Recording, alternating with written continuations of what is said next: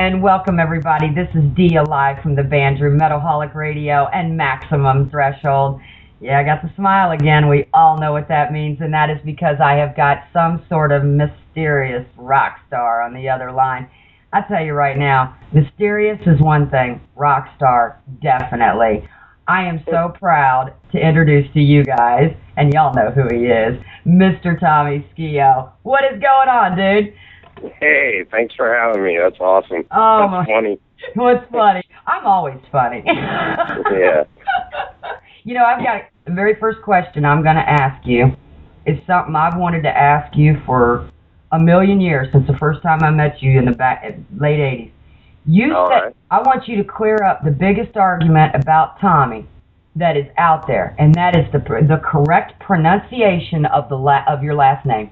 Right. So, okay, that's funny. So I should have just, changed my last name to Steele, like Tommy Steele or something like metal like that. But, no, it's Tommy Skeoch. So, the CH is kind of not even part of the picture. It's like S-K-I-O, Skeoch, kind of like that. So that's it. Now, you know what I'm talking about. Because, I do. That name right there, I have heard it pronounced and butchered 17 different ways. Yeah. I've done it a couple of times, not thinking, but, it was funny. I thought, you know what, that's the very first question I'm going to ask Tommy. What have you been up to, dude? Man, we haven't heard from you in a while.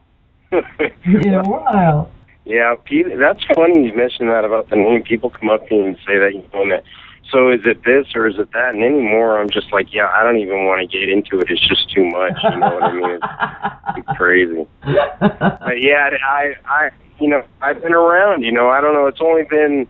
I've been in and out of Tesla so many times. It's been about 3 or 4 times. But the last time I left was in 2006. So not, good 6 years ago. Yeah. Yeah, and we were talking in the pre-interview a little bit, and that. For us Tesla fans, and it's no secret to everybody in my world that Tesla's always been my number one band, but, it feels like an eternity since you've been gone. For us Tesla fans, we miss you, I can tell you that. Yeah, well, thanks. I love Tesla. It's a big part of my life, and I love the chemistry between me and Frank on the guitars, and, It's all good, Yeah, I appreciate that. And you don't, I know that me being so involved with the Tesla fans and being personal friends with a lot of them, you get to see the rumors and all the, all the back talk and all that goes on and the drama. I kind of wanted to clear it up tonight that, what, I've always known that you haven't had any type of issues with Tesla at all. Oh, issues with them? Well, like bad blood and stuff now.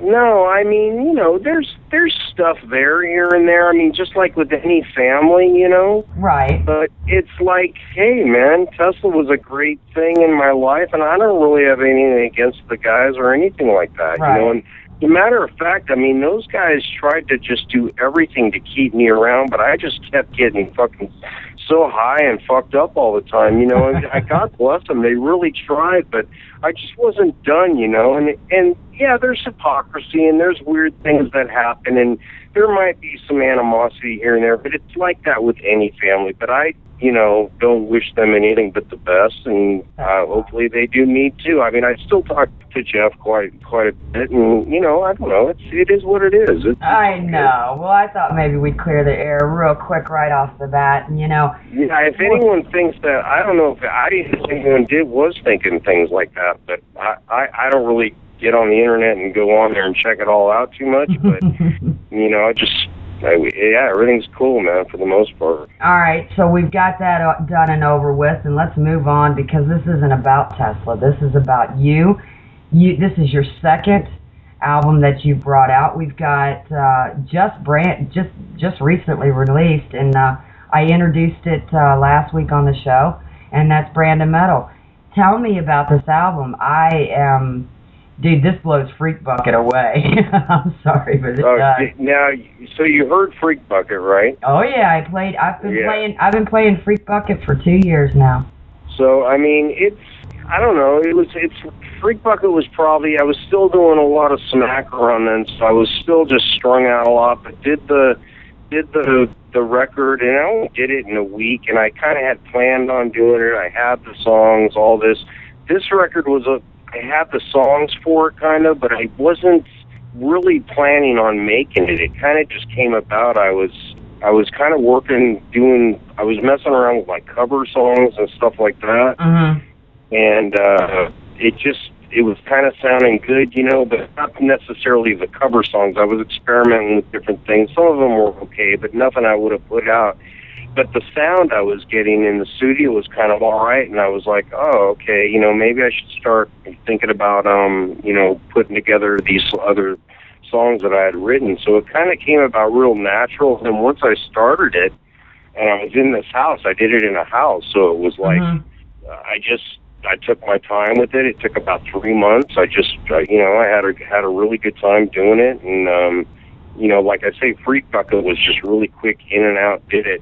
Had the songs prepared, but this I had less of the stuff pre-production, less of it prepared, and so I just kind of just flowed, and it felt good. It was fun. It did. It shines through too. I listened to the whole thing in the entirety, and I was like, no way. Every song just seemed to get better and better and better, in my opinion. Oh, you're too kind. I mean, no, I'm not. Hey, it's musically, there's songs off Freak Bucket and even off a couple off of this Brand of Metal record that I had maybe a few ideas that I even introduced to Tesla, but musically, yeah, it's stuff, some of it I would have given to Jeff to maybe write lyrics to, but really, it's the music I love, and I'm not really a singer and anything. It's just about attitude, more or less, and I'm kind of yelling it out there, but I do like it, and I kind of like the vibe, And the vocals were, I thought the vocals were great on it, and then you do the vocals on this record, and well, that's nice of you to say. Truly, I loved it. No, I suck, but thank you. It's awesome. Well, I'm going to be honest with you. When you sing, and when I heard you on this one for sure, you've got, in my opinion, and I don't care if anybody agrees with me or not, but you've got a real punk feel to your vocals. You really do. Oh, definitely. If Henry Rollins can do it, I can do it. Exactly. And that's kind of where I'm at vocally, and even musically sometimes. A lot of my influences, and even my stamp on Tesla. Tesla was a great thing that I loved the way we all 5 of us made that band what it was. And, we all of our influences were in there. So my guitar playing and then my influence songwriting and all of ours made it what it was. So there is that stamp, although Tesla was different. It got a little hard like I like to do. But even on the more pop songs, it had a little edge kind of from my part of the stamp on it. But this is more, I grew up listening to a lot of punk rock and just a lot of everything, really, even new wave, just everything. But vocally, I would say that's the kind of space I'm coming from, is kind of a punk rock vibe, definitely. Oh yeah, I picked up on it immediately on this one. I picked up on it as Freak Bucket, but it's real prevalent this time on more on the Freak Bucket record, a little more quirky on that record. This record's a bit more straight ahead, just kind of rocking, but still the attitude's there. Yeah, exactly. Yeah. Well, now tell me about everybody that's on this CD. Tell me about Ratchet Haze. Ratchet Haze, well, let's see. After they let me out of the institution, they told me that I should stop having so many personalities. So, particularly the Ratchet Haze is me. So I'm going to try and just put that to rest. And most fans that know me know that. Yes, we do. But Ratchet Haze is just like an alter ego guy. I like the name of it. I always thought when I was younger, me and a friend were talking when I was younger, and it stuck with me how Ratchet Haze would be a cool name for a bass player. And it's just, I've always used it as kind of an alter ego. My art website, I call that. And that's all that is. But anyway, so I put that on the records, but it's me playing bass on there. I did everything but the drums, actually. I love it. And then give me some clues on Alan and Rob and Lauren, I believe. Yeah, Lauren.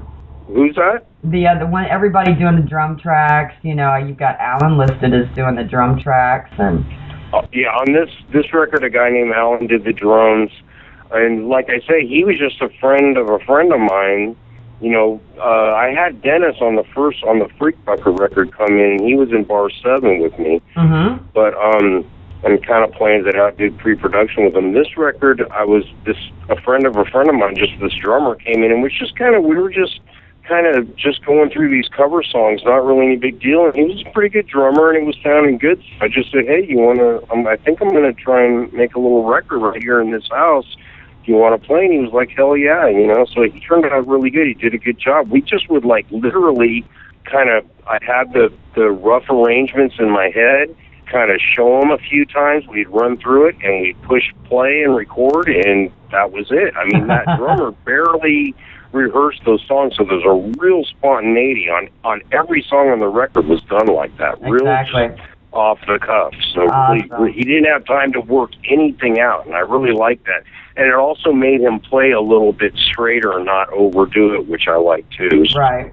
Exactly. Very raw, and you can feel it. People are going to think I'm blowing smoke up their ass when I keep saying that this thing's really good. I shuffled this off immediately to the owner of the radio station, who also owns Metalholic magazine. So I'm anxious to get the CD review. We're going to have one done, and I'm anxious to hear what he's got to say about this. Oh, that's great. Thanks. Yeah, I mean, I'm anxious. It's a lot of bands. It's not like I'm trying to be from Tesla and go do have a solo career. It's not. I mean, I'd be embarrassed if people were thinking that. I'm just making some music I like and just putting my name on it. It is what it is, and that's really all it is. I'm not trying to go rule the world with it or nothing. I mean, at all. Just having some fun. It's so good to hear. You've always been so humble, and I've always loved that about you. You're always different. It's funny because fans have these perceptions, of the rock and roll lifestyle and who the rock star is and all that. And I mean, I don't know you personally, but I've met you and talked to you several times. Of course, you're not going to remember any of it, but you've always been the bad boy. And but to sit down and talk to you, you're just as humble and as nice and normal as anybody else. I think a lot of that was kind of a perception, and I put that kind of vibe out there, and I like that kind of.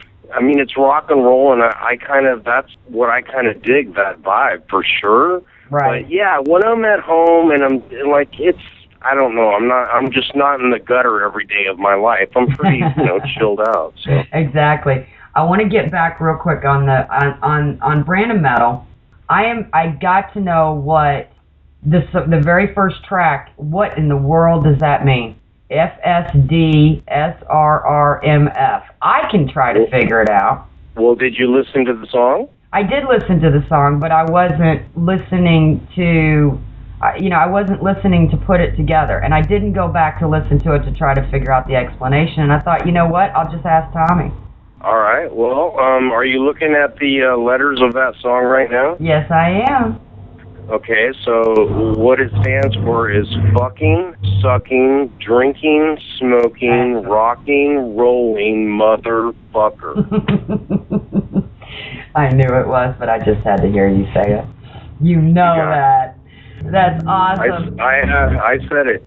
I had to hear you say it, Tommy. I did. I tell you, I'm so excited to get this out. I'm just, as being a fan of Tesla and being my #1 band, it's just an absolute honor to even talk to you and do this. Oh, well, thank you very much. You're talking to a fucking sucking, drinking, smoking, rock and rolling motherfucker. Yeah. I want to get it one more time before we're done. We'll put that on the station ID. But, I know people are going to be anxious to get a hold of this, Tommy. So where can they get their hands on this? www.TommySkeoch.com, or you can go to my Facebook. It's the official Tommy Skeoch Facebook page. There's links there. You can get it on iTunes. Punch my name, and both records come up. So that's where you can get it. Oh, that's awesome. And I have to think. I don't know about you. I wanted to ask you, and I can't remember the name of the amps now. I'm drawing a blank. But you were endorsing an amp last year. I watched a video on YouTube. Oh, that's my friend. Yeah, my friend. That's yeah. funny. I did some licks on. He took a video of it and he put it there. And there's this thing called Rig Talk, and there's all these like guru guitar players on there. Right. And so I'm thinking everyone would think it'd be pretty cool, Oh, I'm on there saying, and I thought, it'd just be cool. I'm kind of helping him out with his amp, and then all these guru guys come back with like, drugs are bad, like they're kind of talking shit about it, and I just thought it was the funniest thing, because I'm not like some virtuoso, just speed player guy, like a Steve Vai. So and all these cats on there, that's probably what they're looking for. So I'm there just knuckleheading through a few riffs, and they're all like, drugs are bad, you're fat and bloated, or some shit. I'm just like, oh god, it was fucking funny, man. I knew I had to bring that up. Do you remember how to find that? I can't remember how to find it. I know all you have to do is really just look up Tommy Skeoch on YouTube, and it'll come up, and it's from 2012. But yeah, I saw that, and I loved it. And I'm like, who's I mean, a part of me was like, oh, that's not very nice. And I couldn't help but laugh. It was just like, oh, these people are wound up about nothing. It's just crazy. The internet people get nuts on there. They just say, yeah. I mean, it's a whole other world, man. It is. And boy, do they create their own little worlds in there. God. Anyway, I'm not really endorsing those amps. That's just a friend of mine that's an amp. And I thought I was helping him out, but apparently the virtuosos, I don't know what they think now. So, well, I tell you, I can't thank you enough, Tommy, for taking some time and, letting us in your world. I know how precious and private you really are. And I kind of am, and that's why I don't get out much. But you know what? I want to sell some records, and I do enjoy kind of, I get out there a little bit, but like we were talking before the interview, I like the idea of mystique, in a band, like back in the 70s, and, it's not really like that now. Nowadays, fans expect you to get on and go have dinner at their house and stuff. It's a whole other deal. Yeah, it is. And I talk, because I do a lot of indie bands, that's what I mainly specialize in, and, with the indie bands and them just starting off, you have to be interactive now, because these the fans have been geared towards, the whole instant gratification thing with all the social media and all that. But, if you're not reaching out and touching someone, and I'm not talking about the telephone, but if you're not interacting with them, the fans will lose interest. But when you have the icons and the legends, which I again feel that you are in that boat. Tommy, come on now, dude. We've got. I sat for years after you left Tesla and all that. You're talking about icons, and I'm looking at Jimmy Page and shit. So I don't know. It's pretty heavy. There's some people. Well, those are legends. Those are legends or gods. Those are gods, in my opinion. No doubt, they are, in my opinion. I've been listening to a lot of Zeppelin lately, man. Jimmy Page was fucking crazy great. God. Tell me about it. And I'm glad they're coming back out, and they brought vinyl back, and they did all of what they're doing. And I think, it's it's not their last attempt. I think it's their, they're getting older. Life, we've got reality, and I kind of feel like that they're going back to their roots to make sure that it gets there while they have the chance. You know what I mean? Well, man, it's a pleasure talking to you. I do appreciate it. I do too. I tell you, Tommy, I appreciate it. And anytime you wanna come back on Metalholic Radio, you let us know. Anything we can do, we will do. And you guys, for all you guys sitting out there, I know you're tired of hearing us talk. Here we go. Here's Brand of Metal, Tommy Skeoch. Peace out, dude.